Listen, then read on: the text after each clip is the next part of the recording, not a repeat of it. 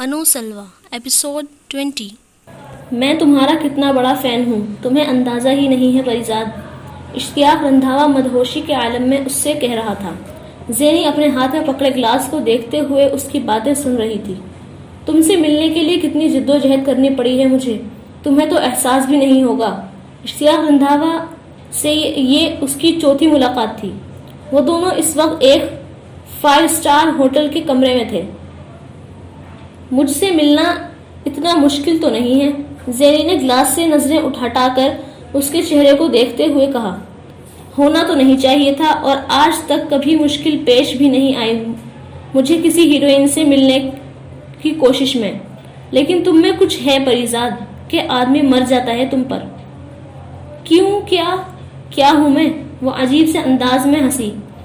تم قیامت ہو، اشتیاق نے بے ساختہ کہا۔ وہ تو صرف ایک بار آتی ہے، تم روز روز آنے والی قیامت ہو۔ پھر تو ڈرنا چاہیے آپ کو مجھ سے۔ روز آنے والی قیامت سے کون ڈرتا ہے؟ زینی اس کی بات پر ہنس پڑی۔ سنا تھا آپ دلچسپ باتیں کرتے ہیں، آپ نے ثابت بھی کر دیا۔ آج سورج مغرب سے نکلا ہوگا۔ کیوں؟ ایک حسین عورت میری تعریف کر رہی ہے۔ حسین عورت کی تعریف پر مت جائیں، اس کے قہر سے ڈریں۔ زینی نے مسکراتے ہوئے عجیب مسکراہٹ کے ساتھ کہا۔ آج تک کسی حسین عورت کا قہر دیکھا نہیں ہے میں نے۔ خوش قسمت ہیں پھر آپ۔ تم سے ملاقات کے اتفاق کے بعد ہوا ہوں۔ مجھ سے ملاقات کو اتفاق سمجھتے ہیں آپ؟ نہیں، اعزاز۔ دیکھتے ہیں یہ اعزاز کب تک آپ کے پاس رہتا ہے۔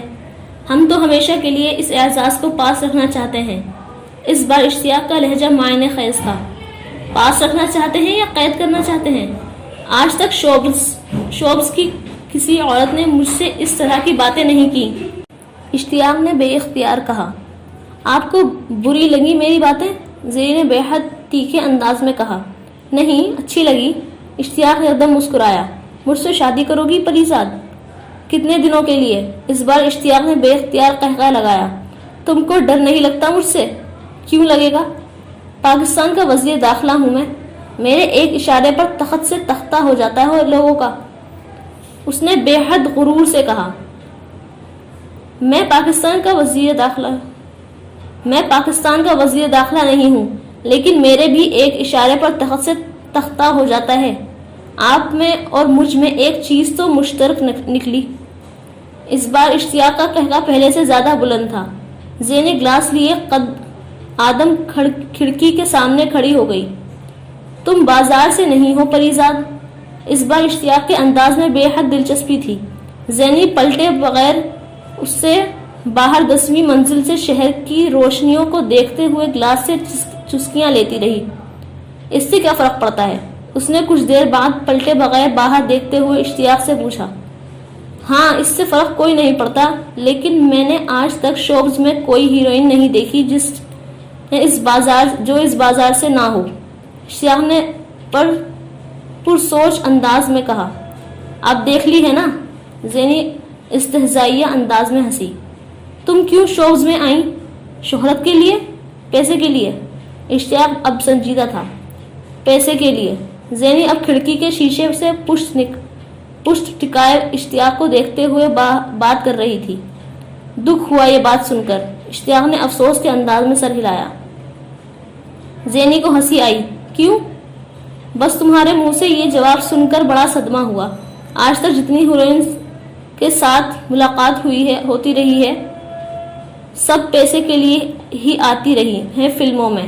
میں نے سوچا شاید تمہارے پاس کوئی اور وجہ ہو، بہتر وجہ۔ میں عوام کی خدمت کے لیے شوز میں آئی ہوں۔ اب ٹھیک ہے؟ اس نے طنز کیا۔ اشتیاق کو اس بار اس پر پیار آیا تھا۔ اس نے پریزاد کے بارے میں جو سنا تھا ٹھیک ہی سنا تھا۔ وہ پاکستانی فلم انڈسٹری کی پہلی حسین، ذہین اور خطرناک حد تک نڈر ہیروئن سے مل رہا تھا۔ دیکھو پریزاد، کبھی کہیں مشکل میں پڑو تو صرف ایک بار اشتیاق رندھاوا کو یاد کر لینا۔ تمہارے سامنے منہ کھولنے سے پہلے آؤں گا تمہاری مدد کے لیے۔ وہ اس سے یہ کیوں کہہ رہا تھا، یہ اشتیاق رندھاوا خود بھی نہیں جانتا تھا۔ اس نے آج تک ایسی آفر کسی دوسری عورت کو نہیں کی تھی۔ کم سے کم یہ نشہ نہیں تھا جو اس سے ایسی بات کہلوا رہا تھا. یہ کھڑکی کے سامنے کھڑی اس 5 فٹ 7 انچ لڑکی کا جادو بھی نہیں تھا جو اس کے سر چڑھ کر بول رہا تھا. یہ کچھ اور تھا. اور کیا تھا؟ اشتیاق رندھاوا نے خود کو اپنے سے آدھی عمر کی اس لڑکی کی محبت میں گرفتار ہوتے ہوئے محسوس کیا. یہ فلم انڈسٹری تمہارے جیسی لڑکی کے لیے اچھی جگہ نہیں ہے. اشتیاق کی بات پر وہ ہنسی. آپ ہر ہیروئن کو یہی مشورہ دیتے ہیں؟ وہ اس کا مذاق اڑا رہی تھی. یہ مشورہ صرف دوستوں کو دیا جاتا ہے. اشتیاق نے بے حد سنجیدہ انداز میں کہا. دوست؟ میں دوست کب بنی آپ کی؟ وہ اس بار پھر ہنسی. کوئی تو نام ہوگا تمہارے اور میرے رشتے کا. تم کیا کہو گی اسے؟ میں آپ کو بتاؤں گی تو آپ مجھے اس کمرے سے باہر پھینکوا دیں گے. اس لیے چھوڑیں کوئی اور بات کریں. زینی نے لاپرواہی سے کہا. اشتیاق نے اپنے آپ کو کچھ اور بے بس پایا. لو جی کرم بھی آ گیا. آجا کرم آجا. آ بیٹھ کھانا کھا. شوکت زمان نے اسے پچکارتے ہوئے کہا. کرم علی کو یقین تھا اس نے اسے گھر کا پتہ نہیں بتایا تھا.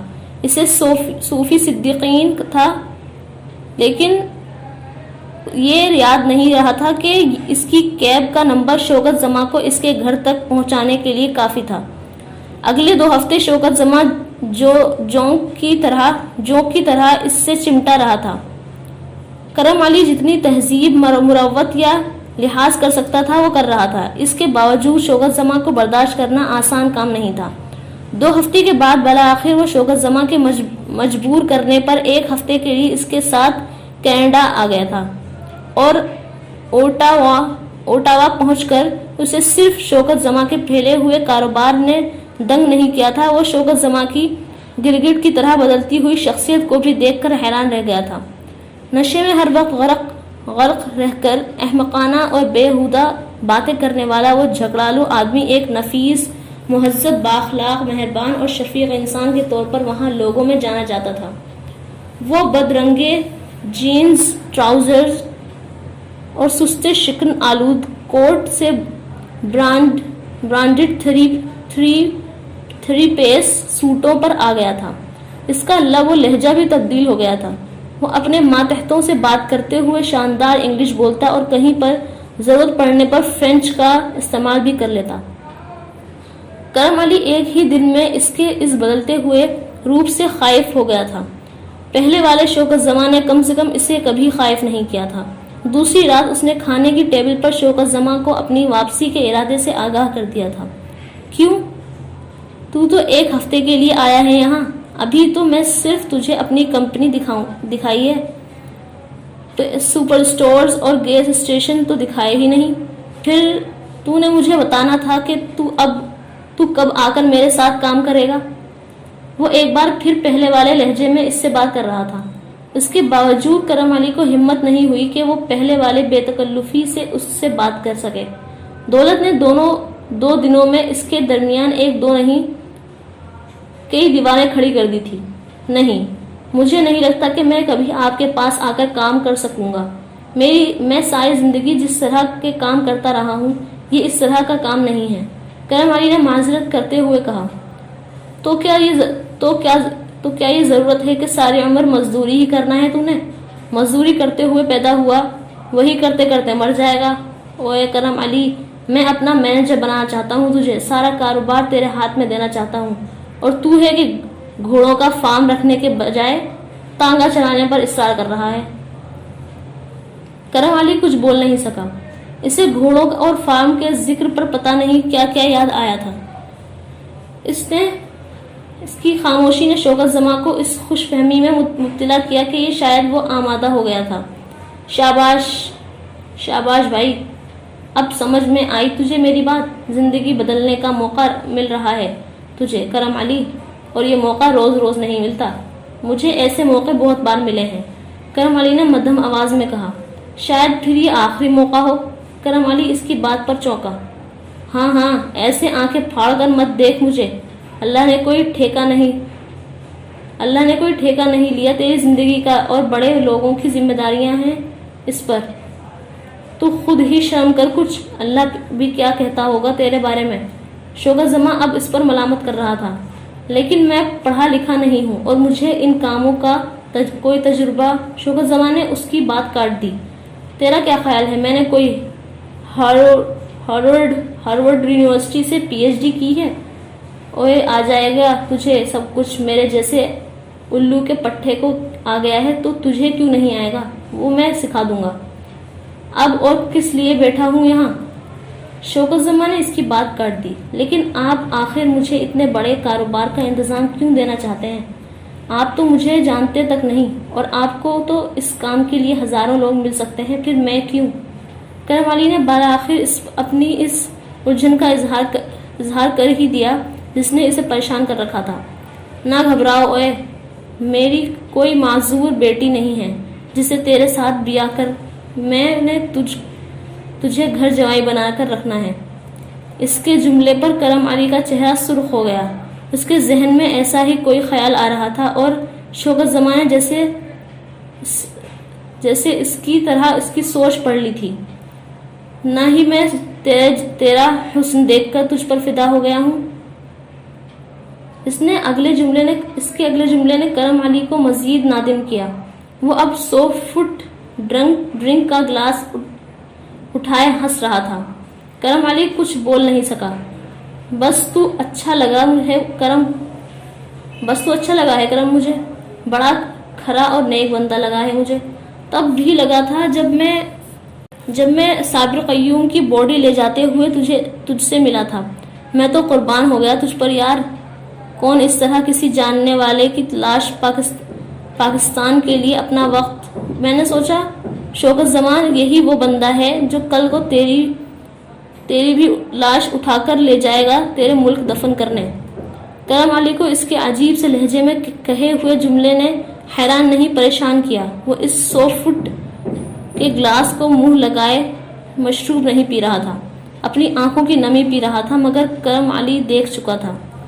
اور دیکھ کتنے لوگ ہوں گے جو تیری طرح میرے پاس آ کر میری دولت دیکھ کر اس سے گھبرا جائیں گے. اور یہ لوگ تو رالیں ٹپکاتے چپک جاتے ہیں مجھ سے, پیروں میں پڑ جاتے کہ کسی طرح انہیں اپنے پاس کسی بھی کام کے لیے رکھ لوں. اور تجھے تو میں پورا کاروبار پلیٹ میں رکھ کر دے رہا ہوں, اور تو سوال کر رہا ہے مجھ سے. تو بڑا بیوہ بندہ ہے یار, بڑا سچا, بڑا بیوہ بندہ. اس لیے لایا ہوں تجھے اپنے پاس. اس کے ساتھ دل لگتا ہے تو تیرے ساتھ دل لگتا ہے میرا. کرم علی کی سمجھ میں نہیں آیا کہ وہ اس کی باتوں پر یقین کرے یا نہ کرے. وہ اپنے آپ کو کسی دوسرے شخص سے زیادہ اچھی طرح جانتا تھا. اپنی ظاہری اور باطنی خامیوں اور خوبیوں سے کسی دوسرے کی نسبت بہت بہتر طور پر آگاہ تھا. وہ جانتا تھا اس کی شخصیت میں ایسا کچھ نہیں ہے جو اسے کسی دوسرے انسان بھی وہ جو کروڑوں کی جائیداد کا مالک اور گھاٹ کا پانی پیے ہوئے تھا. مگر وہ یہ سب کچھ شوکت زماں سے نہیں کہہ سکتا تھا. شاید شوکت زماں کی اتنی لمبی تقریر اور دلائل کے باوجود وہ اسی طرح اٹھ کر چلا جاتا, مگر شوکت کے ایک جملے نے اسے پوری گفتگو کے دوران باندھے رکھا تھا. شاید یہ آخری موقع ہو. وہ جملہ اس کے ذہن میں بار بار گونج رہا تھا, اور کرم علی نے زندگی میں اس آخری نظر آنے والے چانس کو استعمال کرنے کا فیصلہ کیا تھا. زندگی میں پہلی بار اس نے ٹھیک فیصلہ کیا تھا. زندگی میں آخری بار اس نے ٹھیک وقت پر فیصلہ کیا تھا. آج زبیدہ نے فون کیا تھا. نفیسہ نے بے حد جوش اور خوشی کے عالم میں بتایا تھا.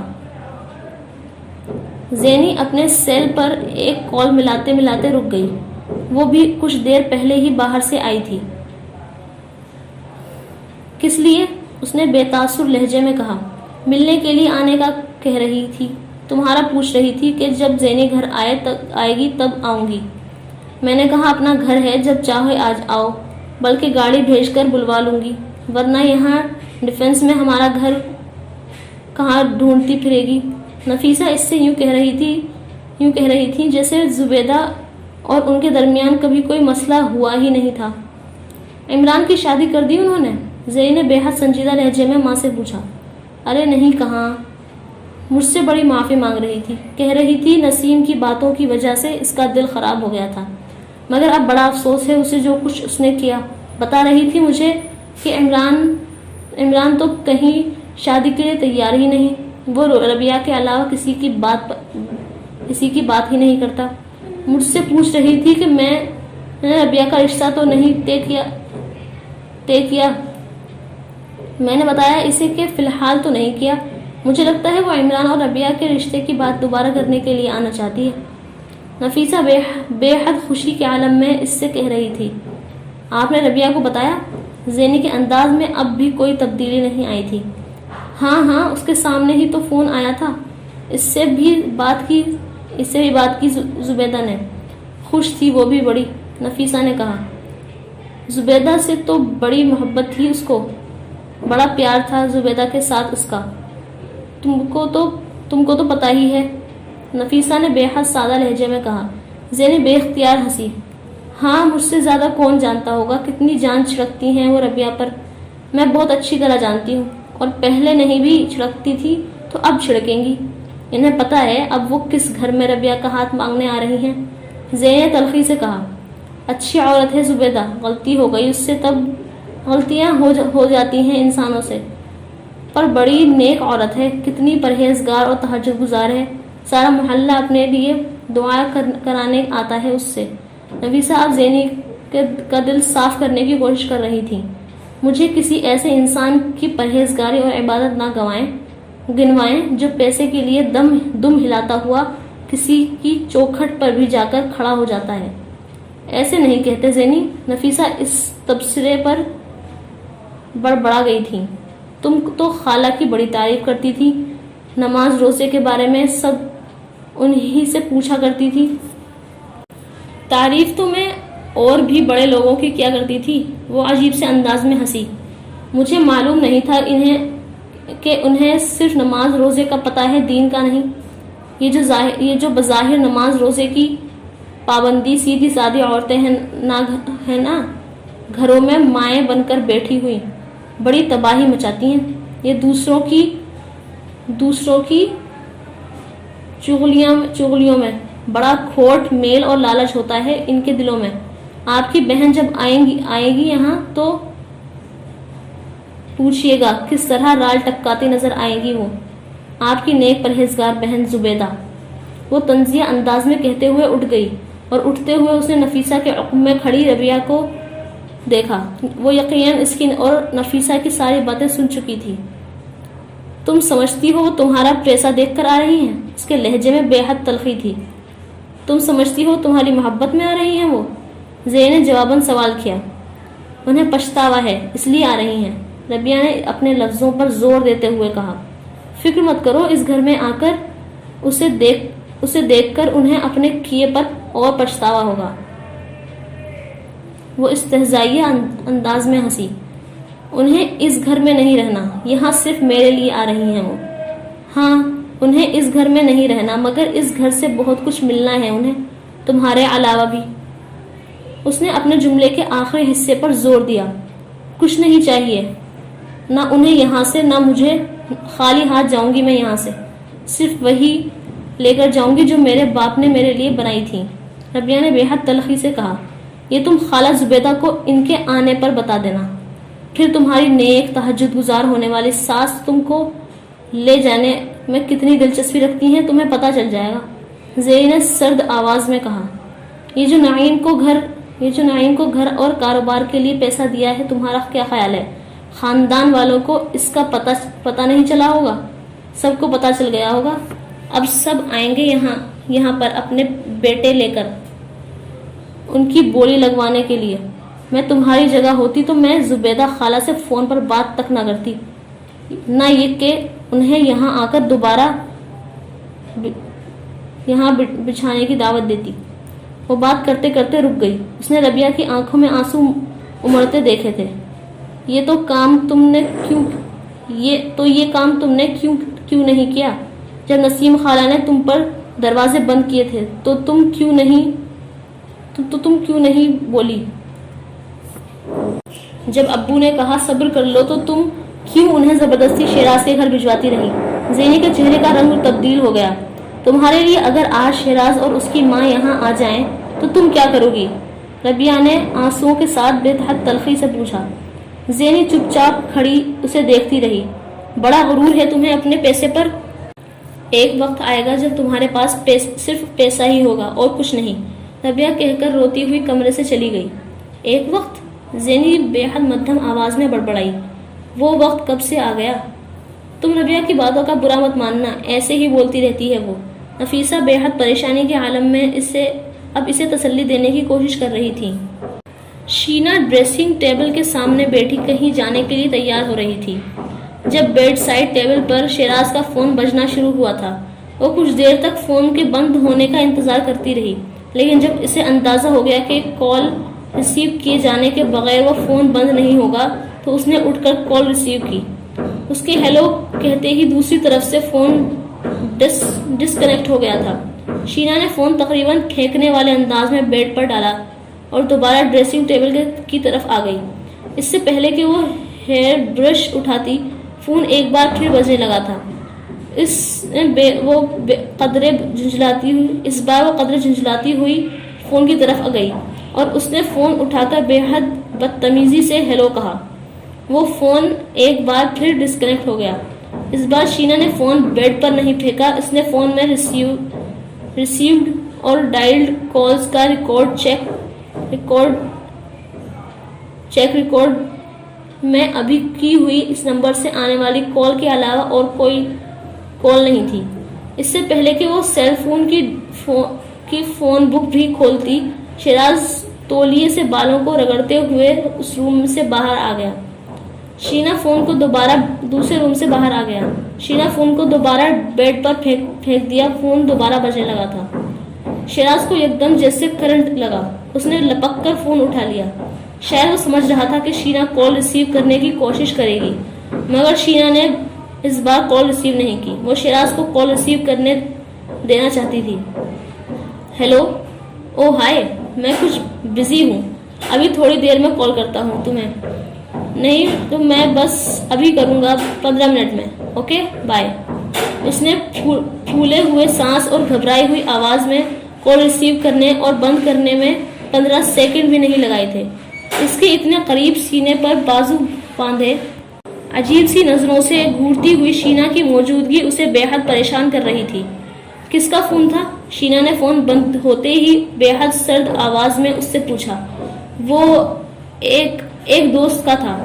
شیراز اس کے اپنے ڈائریکٹ سوال پر گڑبڑایا. تھا یا تھی؟ شینا نے بے حد تیکھے انداز میں کہا. دوست تھا. شیراز نے اپنے لہجے میں اعتماد پیدا کرنے کی کوشش کی. کال ملاؤ اور میری بات کراؤ اپنے اس دوست سے جو مجھے اپنی سریلی آواز سناتے ہوئے ڈرتا ہے.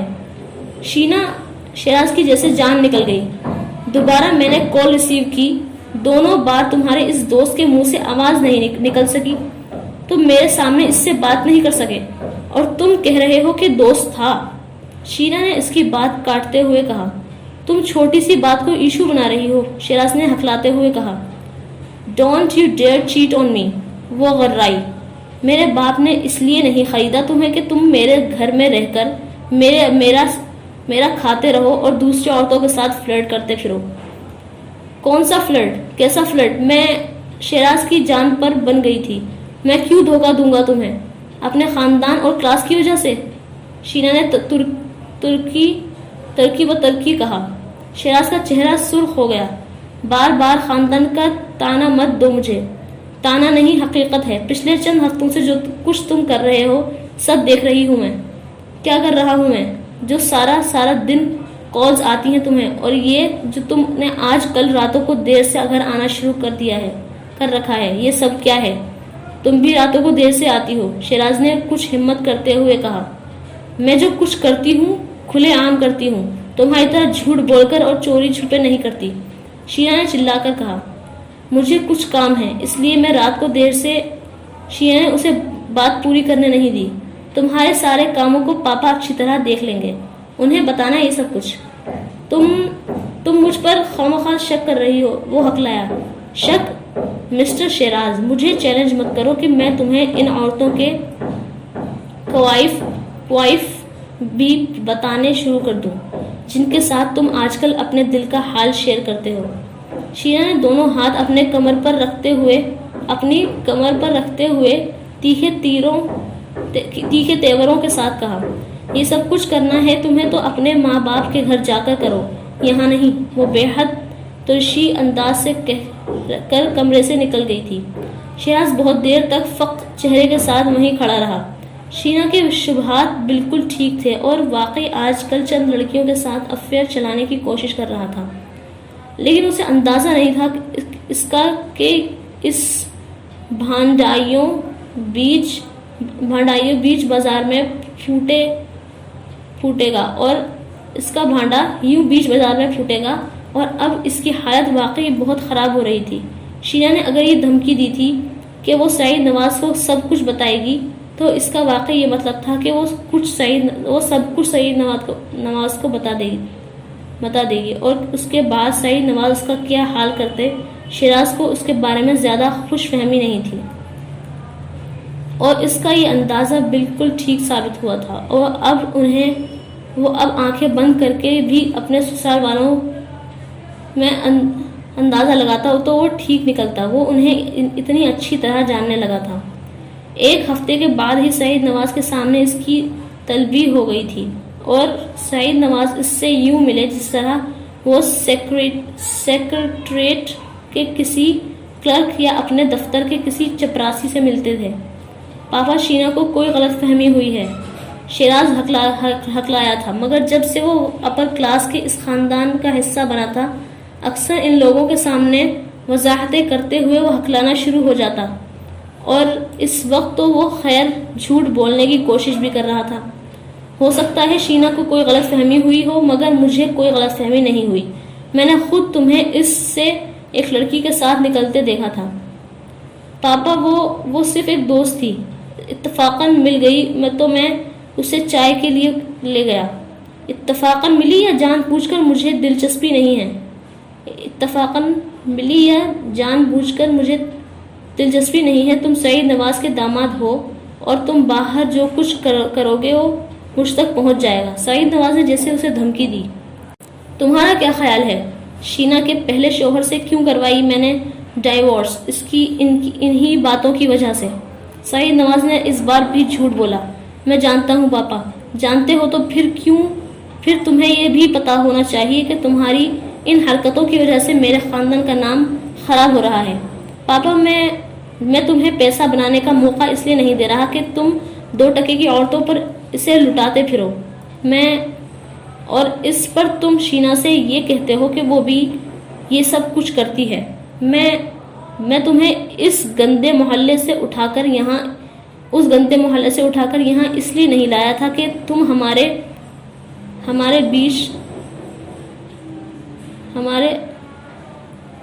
سامنے کھڑے ہو جاؤ۔ شیراز نے اس بار کوئی وضاحت نہیں دی کیونکہ اس کا کوئی فائدہ نہیں تھا۔ آئی ایم سوری، اس نے بے حد ندامت بھرے انداز میں کہا۔ میں نے دوبارہ اگر تمہیں کسی عورت کے ساتھ دیکھا تو میرے خاندان میں تمہارا آخری دن ہوگا۔ میں تمہارا وہ حشر کروں گا کہ تم ساری عمر یاد رکھو گے۔ آئی ایم سوری پاپا۔ شیراز کی لجاجت میں اور اضافہ ہو گیا تھا۔ سعید نواز مزید کچھ کہنے کے بجائے پھکارتے ہوئے وہاں سے چلے گئے تھے۔ ماتھے پر آیا پسینہ پونچھتے اور اپنے حواس بحال کرنے کی کوشش کرتے ہوئے شیراز کو یاد آیا وہ اس کی شادی کی 2ری سالگرہ تھی۔ خالہ زبیدہ کو سمجھ میں نہیں آ رہا تھا کہ وہ ربیہ کی بات کا کیا جواب دیں۔ وہ کم سے کم اس سوال کی توقع لے کر یہاں نہیں آئی تھی۔ بیٹا، زینی بہن ہے تمہاری، اتنی قربانیاں دی ہیں انہوں نے کچھ سنبھل کر کہنا چاہا۔ جانتی ہوں خالہ، وہ میری بہن ہے، لیکن مجھے اس قربانیوں سے اکٹھی کی ہوئی دولت سے کچھ نہیں چاہیے۔ آپ صرف یہ بتائیں کہ آپ دوبارہ میرا رشتہ مانگ رہی ہیں، 2 کپڑوں میں 4 گواہوں اور نکاح خواہوں کے ساتھ اس گھر سے لے جانے کو تیار ہیں آپ؟ یہ بڑوں کی باتیں ہیں ربیہ، تمہیں ضرورت نہیں ہے بیچ میں بولنے کی۔ نفیسہ نے مداخلت کی۔ انہیں خدشہ پیدا ہوا تھا کہ کہیں زبیدہ کو اس کی بات بری نہ لگے۔ بالکل، یہ بڑوں کے طے کرنے والے معاملات ہیں۔ اگر تم لوگ سادگی سے شادی کرنا چاہو گے تو ٹھیک ہے، ہم سادگی سے کر لیں گے، اپنے گھر کی بات ہے۔ خالہ زبیدہ نے کچھ سوچتے ہوئے کہا، اور میں اس گھر میں شادی نہیں کروں گی، اپنے باپ کے گھر سے رخصت ہوں گی۔ یہ ربیہ کو کیا ہو گیا ہے؟ اس طرح تو کبھی نہیں بولتی تھی۔ زبیدہ خالہ نے اس بار کچھ تشویش کے ساتھ نفیسہ سے کہا۔ کچھ نہیں، ایسے ہی بک بک کر رہی ہے۔ نفیسہ نے ربیہ کو گھورتے ہوئے کہا۔ نہیں، میری بیٹی تو بڑی سمجھدار ہے، غصہ تھوک دو۔ آخر زینی بیچاری نے کیا کیا ہے؟ سارا شیراز اور اس کے ماں باپ کا قصور ہے۔ پھر تم کیوں بہن کے اتنا خلاف ہو رہی ہو؟ اللہ نے عزت دی ہے اسے، پیسہ دیا ہے۔ آج ضیا بھائی ہوتے تو کتنا خوش ہوتے اپنی اولاد کی اتنی ترقی دیکھ کر۔ زبیدہ خالہ نے ایک گہری آہ بھرتے ہوئے کہا، اور وہ بڑی ہوشیاری کے ساتھ ربیہ کو موضوع ہٹانے کی کوشش کر رہی تھی اور ان کے منہ سے نکلنے والا ہر جملہ ربیہ کو اذیت کا شکار کر رہا تھا۔ زینی نے ٹھیک کہا ہے، وہ دوبارہ ربیہ کی محبت میں نہیں آئی تھی، اس مال و دولت میں اپنا حصہ لینے آئی تھی جو انہیں اپنی بہن کے گھر میں نظر آنے لگا تھا۔ اسے صدمہ ہوا تھا، شدید صدمہ۔ اسے بھی خوش فہمی تھی کہ شاید وہ عمران کے کہنے اس کے مجبور کرنے پر وہاں آئی تھی، مگر ان کے ہر دوسرے جملے میں کوئی سوال تھا۔ یہ بنگلہ زینی نے خرید لیا ہے؟ کتنے کا خریدا ہے؟ گیراج میں کھڑی ساری گاڑیاں اپنی ہیں؟ گھر میں کتنے نوکر ہیں؟ نوکروں کو کتنی تنخواہیں دیتے ہیں؟ زہرا کا گھر زینی نے کتنے میں خریدا؟ نعیم کو کاروبار کے لیے کتنی رقم دی؟ اپنی ایک فلم کے کتنے پیسے لیتی ہے؟ ماڈلنگ کے کتنے پیسے ملتے ہیں اسے؟ اس نے نفیسہ کے نام کوئی بینک اکاؤنٹ کھولا؟ ان کا ہر جملہ زینی کے نام پر ختم ہو رہا تھا۔ اس میں ابتدائی چند معذرتی جملوں کے علاوہ ربیہ کہیں بھی نہیں، اور وہاں ان کے پاس بیٹھے ان کی باتیں سنتے ہوئے ان کے ہر جملے کے ساتھ ربیہ کا دل کچھ اور صرف دل ہی نہیں ڈوبا تھا، اور ساری خوش فہمیوں اور امیدوں کے محل بھی دھڑام سے آن گرے تھے اس نے پچھلے کئی دنوں سے تعمیر کیے تھے۔ عمران سے شادی کا مطلب اس کے لیے کیا ہوتا؟ اس کے لیے ربیہ کو حساب کی کسی فارمولہ کی ضرورت نہیں تھی۔ میں شادی نہیں کروں گی عمران سے، آپ اس کا رشتہ کہیں اور کر دیں، اس نے بالآخر اٹھ کر کھڑے ہوتے ہوئے کہا۔ زبیدہ خالہ کو جیسے دھچکا لگا تھا۔ ربیہ بیٹی، کیا کہہ رہی ہو تم؟ ارے میں تو کتنی آسوں کتنے ارمانوں کے ساتھ آئی ہوں، انہوں نے گڑبڑائے ہوئے انداز میں کہا۔ آپ صرف لالچ لے کر آئی ہیں، پچھتاوا اور شرمندگی نہیں، اور آسوں اور ارمانوں کی تو بات بھی مت کریے گا، اس نے تلخی سے کہا اور وہاں سے چلی گئی۔ اس کی عدم موجودگی میں زبیدہ نے نفیسہ کی منتیں کی تھیں، اور نفیسہ نے ان سے وعدہ کر لیا تھا کہ وہ اس کو منا لیں گی۔ وہ ابھی غصے میں تھی، ٹھیک ہو جائے گی۔ ربیہ نے اس رات کھانا نہیں کھایا، وہ ساری رات کمرے میں بیٹھی روتی رہی تھی۔ زینی کو سب کچھ اگلی رات کو پتہ چلا جب نفیسہ نے ربیہ کی زبیدہ کے ساتھ ہونے والی گفتگو کے بارے میں اسے بتایا۔ اگرچہ وہ چاہتی تھی کہ ربیہ اس بار انکار کر دے، اس کے باوجود زینی کو اس کے انکار کے بارے میں سن کر رنج ہوا تھا۔ مبارکباد دینے آئی ہو؟ اس نے ربیہ کے کمرے میں قدم رکھا ہی تھا جب ربیہ نے اس سے کہا۔ وہ اپنی وارڈروب میں کپڑے ٹھیک کر رہی تھی۔ زینی کو اس کی بات چبھی۔ میں کیوں مبارکباد دینے آؤں گی تمہیں؟ تمہاری باتیں جو سچ ثابت ہوئی ہیں، وہ تلخی سے بولتی رہی۔ زینی کو دیکھے بغیر وارڈروب میں کپڑے رکھتے ہوئے۔ سب لوگ ویسے ہی نکل رہے ہیں جیسے تم کہتی ہو، تمہیں خوش ہونا چاہیے، تم تو لوگوں کا حال جاننے لگی ہو۔ وہ اس پر چوٹ کر رہی تھی۔ تمہیں خالہ کو انکار نہیں کرنا چاہیے تھا، تمہاری بھی تو یہی خواہش تھی۔ وہ اسی طرح بولتی رہی۔ میری خواہش کو چھوڑو، لیکن تم عمران کو پسند کرتی تھی، تمہیں اگر اس سے شادی کا موقع مل رہا تھا تو تمہیں اس سے شادی کر لینا چاہیے تھی۔ میرے لیے نہیں آئے تھے وہ یہاں، تمہاری دولت کے خاطر آئے تھے، ربیہ نے رنج سے کہا۔ تو انہوں نے کیا الگ کیا؟ کوئی بھی تمہارا رشتہ لینے آئے گا تو یہی کرے گا۔ انہوں نے کیا کیا؟ اور میں کسی ایسی جگہ شادی نہیں کروں گی جہاں میں تمہارے پیسہ لے کر جاؤں۔ زینی اس بار بول نہیں سکی، ربیہ کے لہجے میں زہر تھا۔ اس گھر میں رہنا مجبوری ہے میری، لیکن کسی ایسے گھر میں جانا میری مجبوری نہیں جہاں مجھے ساری عمر رہنا ہے، اور وہ گھر میں تمہارے حرام کے پیسے سے نہیں بناؤں گی۔ وہ زینی کے منہ پر جیسے تماچے مار رہی تھی۔ زینی چپ چاپ کھڑی اسے سنتی رہی۔ میں تمہاری طرح ایک آدمی کے نہ ملنے پر مر نہیں جاؤں گی، تمہیں دکھاؤں گی انسان کے تم میرے بارے میں فکر مت ہو، میں اپنی فکر تم سے بہتر کر سکتی ہوں۔ اب تم یہاں سے جاؤ گی یا میں جاؤں؟ زینی اسی طرح خاموشی سے اس کے کمرے سے نکل گئی۔ اس کے پاس ربیہ کی ہر بات کا جواب تھا، مگر یہ موقع سوال جواب کا نہیں تھا۔ وہ اس سے کچھ کہہ کر اسے مزید رنجیدہ کرنا نہیں چاہتی تھی۔ نیو یارک چھوڑ کر اوٹوا آتے ہوئے کرم علی کو یہ اندازہ نہیں تھا کہ وہ امریکہ ہمیشہ کے لیے چھوڑ رہا تھا، نہ ہی اسے وہ پتہ تھا جو زندگی اس کے لیے آگے طے کر بیٹھی تھی۔ وہ شروع میں ایک اپارٹمنٹ لے کر رہا تھا، مگر چند ہفتوں کے بعد شوکت زماں کے اصرار پر وہ اس کے گھر منتقل ہو گیا تھا۔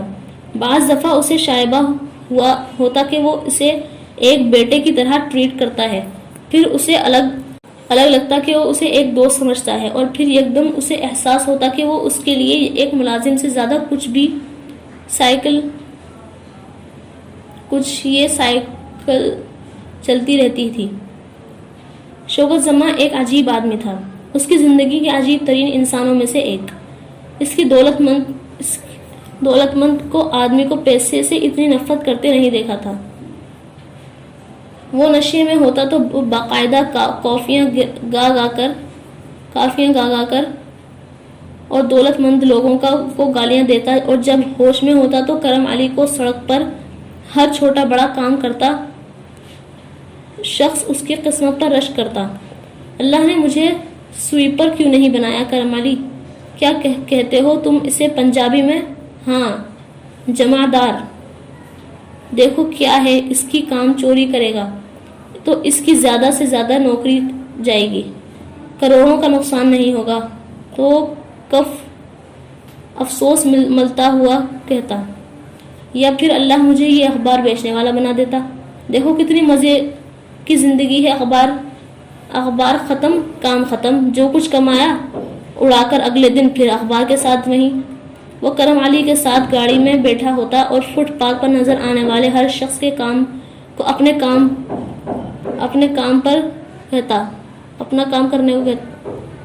کام چاہتا۔ پھر اچانک اسے کرم علی کی خاموشی کا احساس ہوتا۔ اب تو سمجھے گا میں پاگل ہوں یا ہونے والا ہوں، جو جی چاہتا ہے سمجھ لے۔ وہ اطمینان سے کرم علی ویسے ہی چپ تھا۔ دیکھو کرم علی، پیسے سے کبھی پیار مت کرنا۔ وہ یکدم کرم علی کو نصیحت کرنے لگتا کہ کرم علی کو غصہ آتا کہ وہ کہاں اس کے پاس جس سے اس کو پیار کرنے کی فرصت مل پاتی۔ یہ جو پیسہ ہے نا، اس کی گنتی اربوں خربوں تک جاتی ہے، بلکہ اس سے بھی آگے۔ جو چیز اربوں خربوں تک جائے نہ، اس کی کوئی قدر نہیں ہوتی۔ ویلیو اسی کی ہوتی ہے جو انگلیوں کی پوروں سے شروع ہو کر ہی ختم ہو جائے۔ جیسے خون کے رشتے بہت بھی ہوں نہ تو بس دونوں ہاتھوں کی پوروں ہی بھر پاتی ہیں۔ ایک آدمی کا پیسہ اربوں خربوں ہو سکتا ہے، رشتے اربوں خربوں نہیں ہو سکتے۔ تو بس یاد رکھنا، جو چیز کم مقدار میں ملے اس کی ویلیو زیادہ، جو ڈھیروں کے حساب سے ملے اس کی ویلیو کم۔ وہ جب سنجیدہ ہوتا تو مدبروں کی طرح باتیں کرتا، ایک بیہودہ لفظ یا گالی کے بغیر، شاندار انداز میں، خوبصورت تلفظ کے ساتھ، گمبھیر لہجے میں، متاثر کن انداز کے ساتھ، بے حد موزوں اور مناسب ترین الفاظ کے انتخاب کے ساتھ۔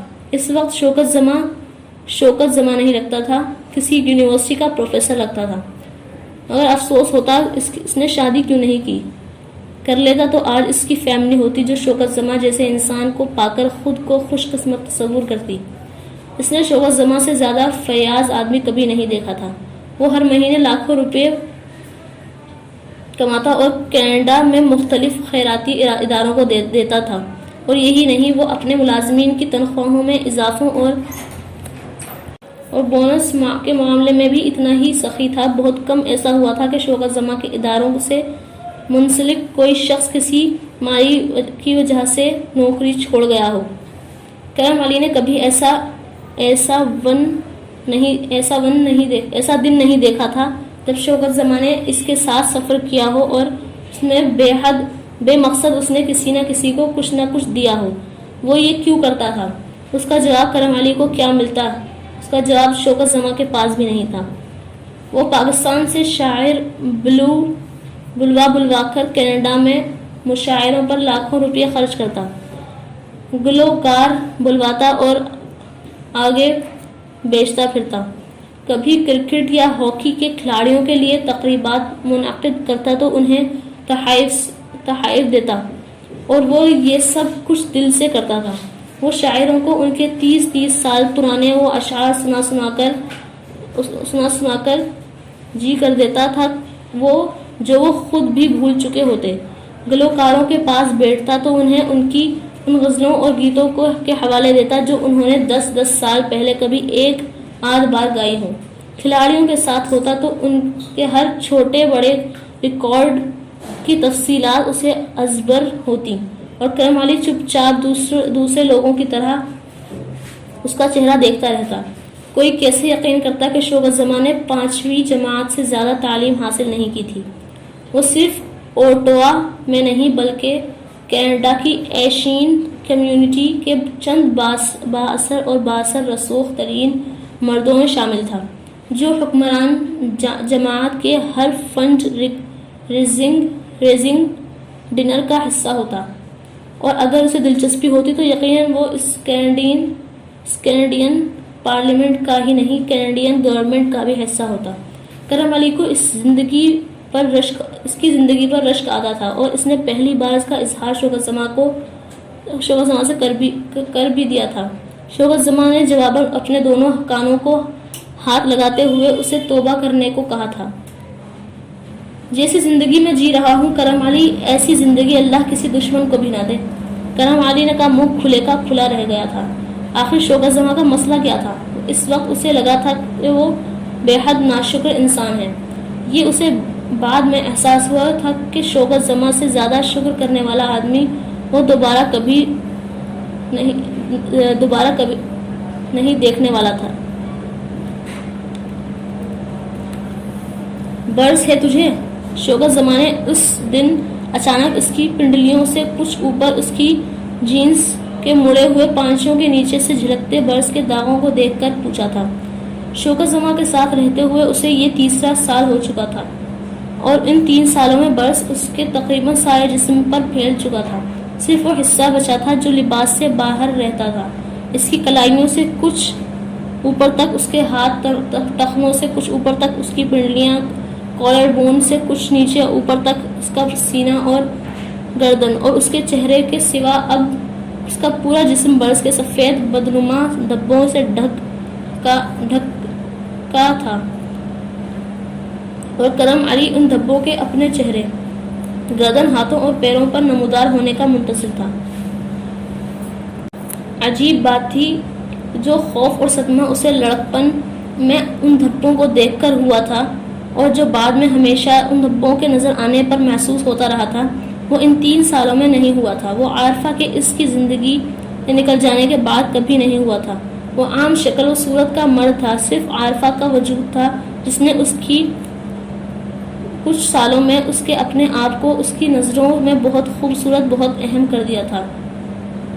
اتنا خوبصورت کہ وہ چاہتا تھا کہ برس اس کے وجود کو داغدار نہ کرے، تاکہ عارفہ کو کبھی اس سے گھن نہ آئے۔ وہ اپنے وجود کو ان دنوں عارفہ کی نظروں سے دیکھا کرتا تھا، اور اب جب وہ اس کی زندگی سے نکل گئی تھی تو کرم علی جیسے اس بات سے کوئی فرق نہیں پڑنے والا تھا کہ برس کے وہ داغ اسے بدصورت بنا دینے والے تھے۔ ہاں، کرم علی نے مختصراً کہا۔ وہ شوکت زماں کے ساتھ اس کے لان میں موجود گھاس کاٹ رہا تھا۔ علاج کروایا تو نے؟ شوکت زماں نے اس سے پوچھا۔ نہیں۔ کیوں؟ پہلے پیسے نہیں تھے، اور اب پرواہ نہیں ہے۔ کیوں پرواہ نہیں ہے؟ یہ مرض پھیلتا ہے، تیرا سارا چہرہ خراب ہو جائے گا۔ کرم خاموشی سے گھاس کاٹنے والی مشین چلاتا رہا۔ میں کیا کہہ رہا ہوں تجھ سے؟ نوکری سے نکال دوں گا میں تجھے۔ اگر میری بات نہ مانی تو نے، شوکت زماں نے غرا کر اس سے کہا۔ کوئی بات نہیں، آرام سے کہہ کر پھر اپنے کام میں مصروف ہو گیا۔ اوے کرم علی، تو کس طرح کا بندہ ہے یار، تجھے احساس ہی نہیں ہے، کوئی خیال ہی نہیں ہے اپنا۔ شوکت زماں ایک دم ٹھنڈا پڑ گیا۔ خیال تو آپ کو بھی نہیں ہے اپنا، کرم علی نے اسے اسی کے انداز میں جواب دیا۔ شوکت زماں کچھ دیر کچھ نہیں بولا، پھر اس نے کہا، ہاں نہیں ہے، پر بعض دفعہ سوچتا ہوں کرنا چاہیے تھا۔ تو جوان آدمی ہے ابھی، میرے جیسی غلطی مت کرنا۔ زندگی برباد کرنا بڑا آسان کام ہوتا ہے، پر زندگی کو سنبھال کر رکھنا بڑا مشکل کام ہے۔ مشکل کام کرنا، آسانی کی طرف مت جانا۔ زندگی کو برباد کرنا بھی آسان کام نہیں ہے، اپنی زندگی کو۔ کرم علی نے گھاس کاٹنے والی مشین روکتے ہوئے کہا،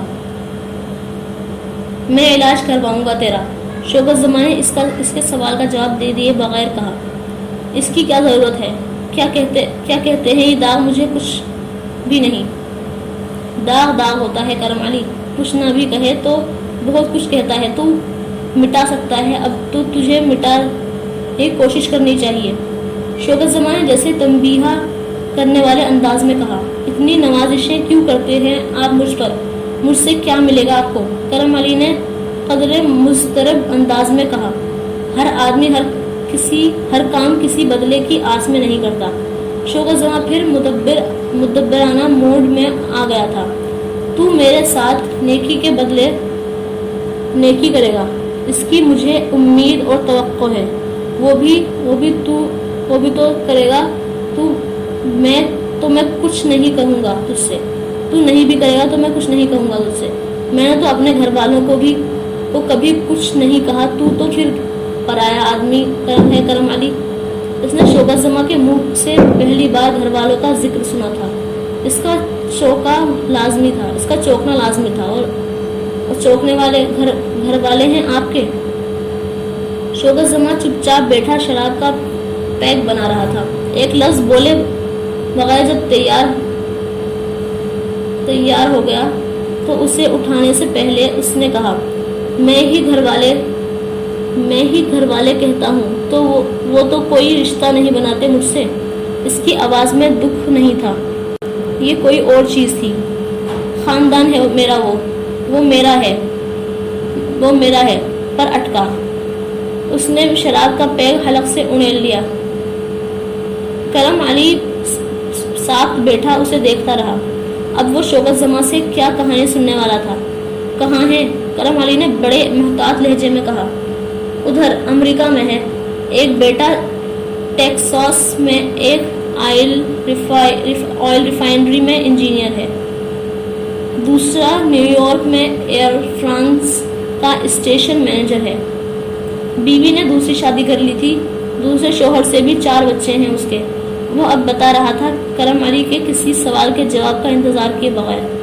بیوی پسند کی نہیں تھی میرے خاندان کی ہے، مگر میں اپنی ایک کزن سے شادی کرنا چاہتا تھا۔ پورا خاندان جانتا تھا، میری بیوی بھی جانتی تھی، لیکن باپ نے اس کزن سے رشتہ نہیں کیا۔ وہ زیادہ خوبصورت نہیں تھی، یہ تھی، انہوں نے اس کے ساتھ کر دیا۔ میں نے شادی تو کر لی ماں باپ کے اصرار پر شروع کے سالوں میں بڑا تنگ کیا اسے۔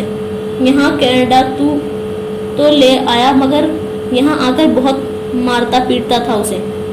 پتا نہیں کیا ہو گیا تھا تب مجھے، میں ماں باپ کا سارا غصہ اس پر نکالتا تھا۔ ایک گرل فرینڈ بھی رکھ لی تھی میں نے اس کی ضد میں، کئی دن گھر نہیں آتا تھا۔ 10 سال اسی طرح گزرے، پھر مجھے اس پر غصہ آنا کم ہو گیا تھا، شرم آنے لگی تھی۔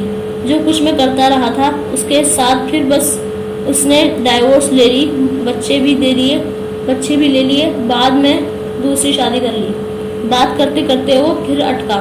اس نے بے ربط انداز میں بات ختم کی، پھر یکے بعد دیگر بے حد تیزی سے نئے پیگ چڑھائے۔ کرم علی اس کا چہرہ دیکھتا رہا۔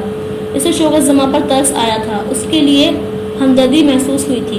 وہ واقعی بدقسمت تھا، کم سے کم اس کے خیال میں، مگر وہ اسے بدقسمت ہی سمجھتا تھا، ظالم نہیں۔ اس نے غلطیاں کی تھیں اور ان غلطیوں کی سزا بھگت رہا تھا۔ آپ نے دوسری شادی کیوں نہیں کر لی؟ کرم علی نے کچھ توقف کے بعد کہا، بس نہیں کی، شوکت زماں نے اس کے انداز میں جواب دیا۔ بیٹوں سے ملنے کی کوشش کرتے ہیں؟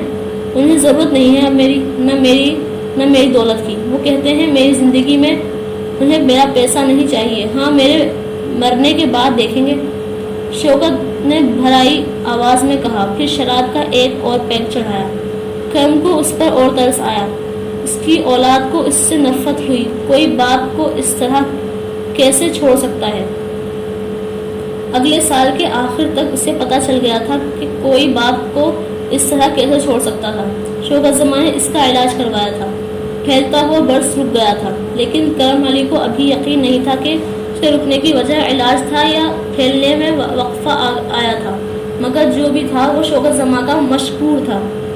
اس نے اس کے علاج میں بھاری رقم خرچ کی تھی اور یہ اسی علاج کے دوران تھا جب شوکت زماں یکدم بیمار پڑ گیا تھا، اور یہ بھی کرم علی کو اسی دوران پتہ چلا کہ وہ بہت عرصے سے کسی مرض کے علاج کے لیے سر توڑ کوشش کر رہا تھا۔ شوکت زماں کو کیا مرض تھا یہ کرم علی نہیں جانتا تھا، مگر اس کی ایک دم بگڑتی ہوئی حالت اور اس کے ہاسپٹل جانے سے اجتناب نے کرم علی کو پریشان کر دیا تھا۔ اس نے شوکت زماں کو زبردستی اور ہاسپٹل میں لے جانے کی کوشش کی اور تب ہی شوکت زماں نے اسے بتا دیا تھا کہ وہ ایچ آئی وی پازیٹیو اور پچھلے 15 سالوں سے اس مرض میں گرفتار تھا۔ 15 سال تک اپنے بیوی بچوں کے لیے شدید ذہنی اور جسمانی اذیت کا باعث بنے رہنے کے بعد یہ اس بیماری کا انکشاف ہی تھا جس نے شوکت زماں کو یکدم موت کے خوف سے متعارف کروایا تھا۔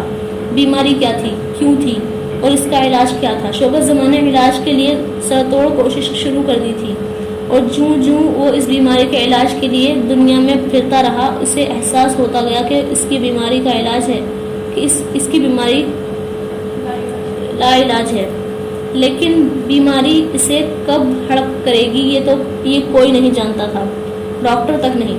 شوکت زماں نے اس وقت زندگی میں پہلی بار شاید اپنے بچوں اور بیوی پر رحم کھایا۔ پہلی بار اسے احساس ہوا کہ وہ اس کی وجہ سے اسی کی طرح موت کا شکار ہو سکتے تھے،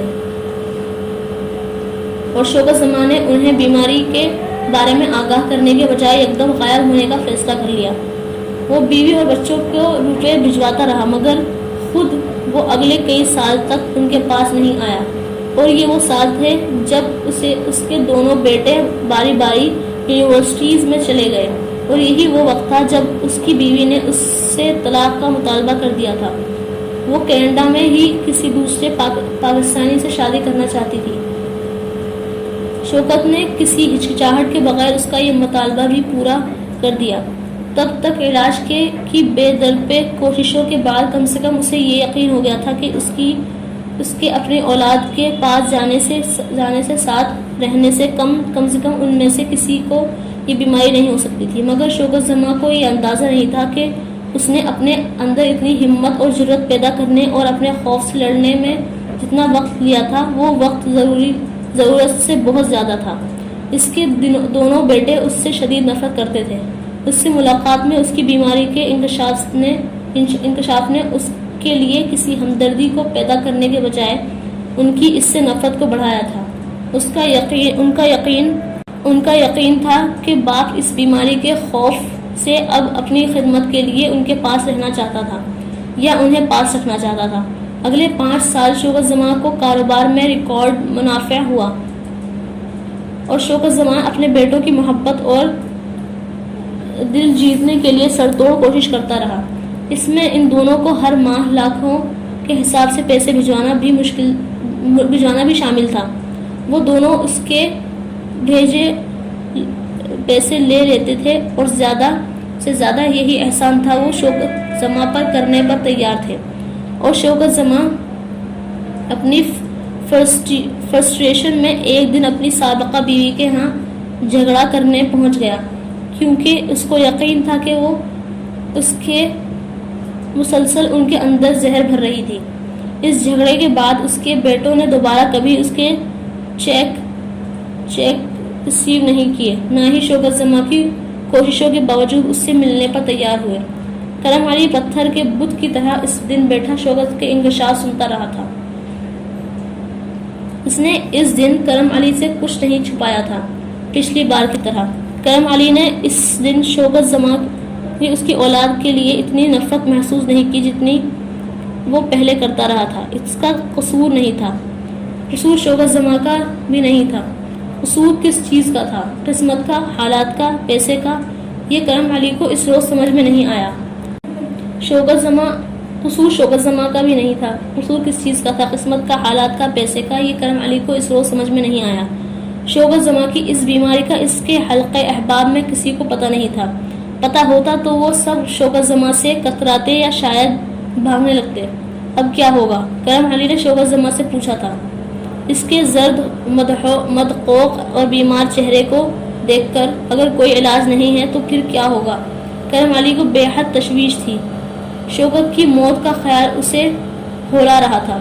یہی ہوگا جو ہو رہا ہے، اسی طرح میرا جسم ہڈیوں کا ڈھانچہ بنتا جائے گا، ہر طرح کی بیماری لگے گی مجھے اور میں ایڑیاں رگڑ کر سسک کر مر جاؤں گا۔ شوکت زماں نے عجیب سی مسکراہٹ کے ساتھ کہا۔ کرم علی کی آنکھوں میں بے اختیار آنسو آ گئے۔ ایسا کیسے ہو سکتا تھا کہ وہ شوکت کو اتنی آسانی سے اس اذیت ناک موت کا سامنا کرنے دیتا؟ کیا واقعی کچھ نہیں ہو سکتا؟ اس نے بے بسی کے ساتھ شوکت سے پوچھا۔ ہو سکتا ہے اگر تم مجھے مار ڈالو۔ وہ اس کی تجویز پر دھک سے رہ گیا تھا۔ اسے لگا شاید شوکت اس کے ساتھ مذاق کر رہا تھا۔ میں بڑا بزدل آدمی ہوں کرم علی، اتنی ہمت نہیں ہے مجھ میں کہ اپنے ہاتھوں زہر پی لوں، اپنے ہاتھوں پھندا ڈال لوں یا خود کو گولی سے اڑا لوں۔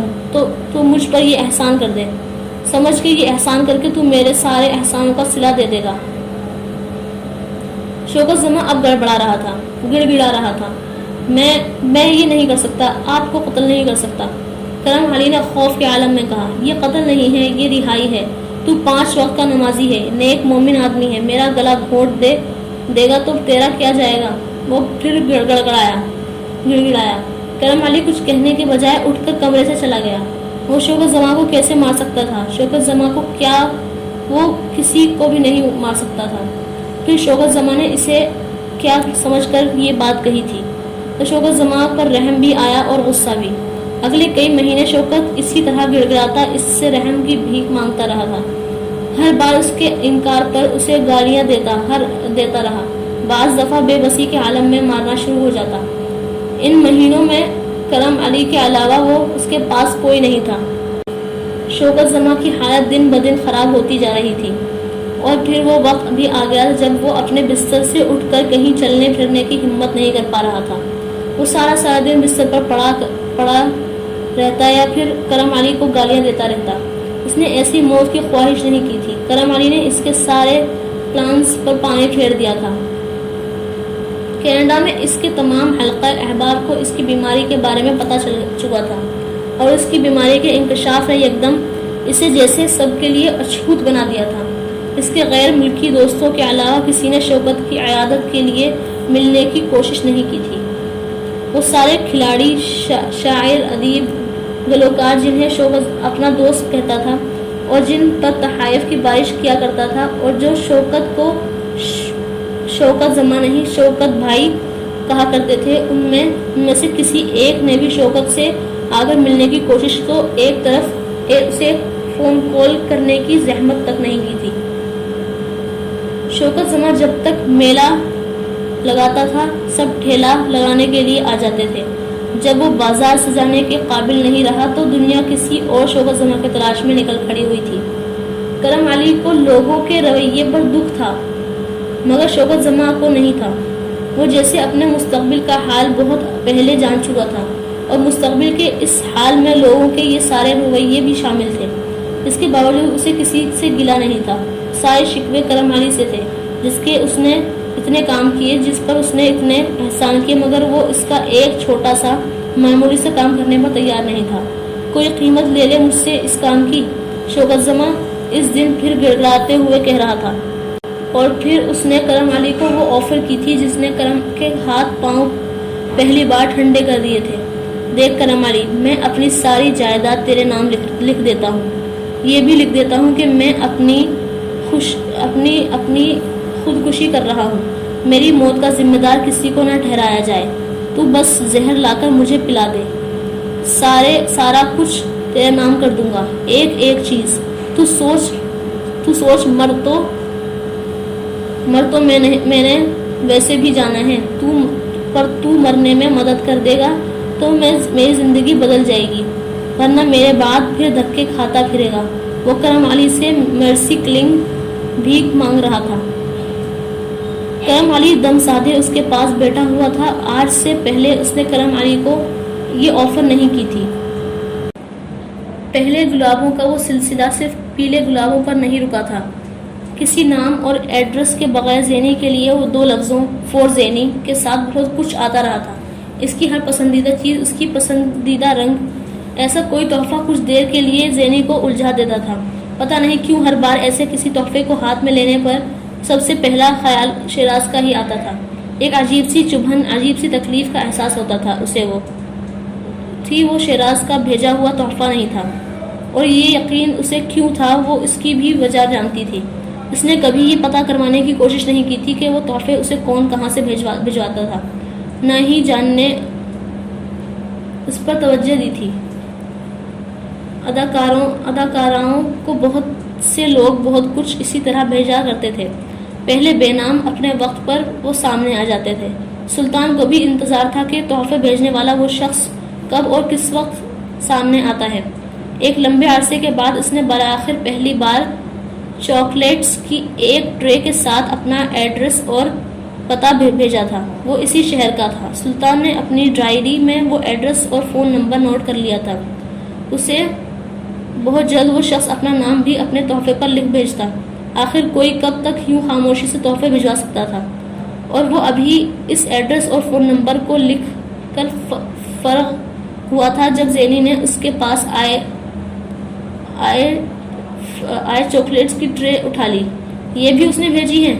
زینی نے مسکراتے ہوئے چاکلیٹ کی ٹرے کھولی۔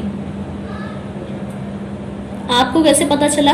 سلطان نے حیرانی سے زینی کو دیکھا جو ایک چاکلیٹ اپنے منہ میں ڈالتے ہوئے مسکرا رہی تھی۔ وہ اب دوسرا چاکلیٹ نکال کر سلطان کو دے رہی تھی۔ ایڈریس اور فون نمبر ہے، اس بار نام نہیں، وہ مزید بولی۔ لیکن آپ نے بتایا نہیں، آپ کو کیسے پتا چلا؟ سلطان نے اپنا سوال دہرایا۔ بتا دوں گی، زینی نے ٹرے لاپرواہی سے میز پر رکھ دی۔ ایڈریس پتہ لگ گیا ہے تو شکریہ ہی ادا کر دیں۔ کس چیز کا؟ میں نے اس سے نہیں کہا کہ مجھے یہ سب کچھ بھیجے۔ زینی اب سگریٹ سلگاتے ہوئے کمرے میں چکر لگا رہی تھی۔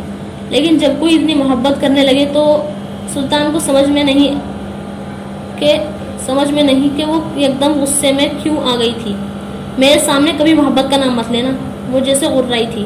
میں تو صرف یہ کہہ رہا تھا کہ یہ شخص اپنے دل میں کوئی خاص گوشہ تو رکھتا ہوگا آپ کے لیے جو اتنے تحائف بھجوا رہا ہے۔ سلطان نے گڑبڑا کر کہا۔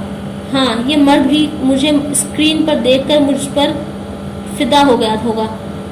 اس کی جیب میں بھی 4 پیسے ہوں گے، اور اب یہ ان تحفوں کے ذریعے میرے لیے جال بچھا رہا ہے تاکہ میں کانٹا نگلنے والی مچھلی کی طرح پھندے میں آ جاؤں۔ زینی نے تلخی سے کہا۔ ہو سکتا ہے اس کو واقعی آپ سے محبت ہو۔ کوئی محبت کی حقیقت کو پریزاد سے بہتر نہیں جان سکتا۔ اس نے سلطان کی بات کاٹ دی۔ سلطان نے چونک کر زینی کا چہرہ دیکھا۔ کبھی کی ہے محبت؟ وہ کمرے کے چکر لگاتے لگاتے رک گئی۔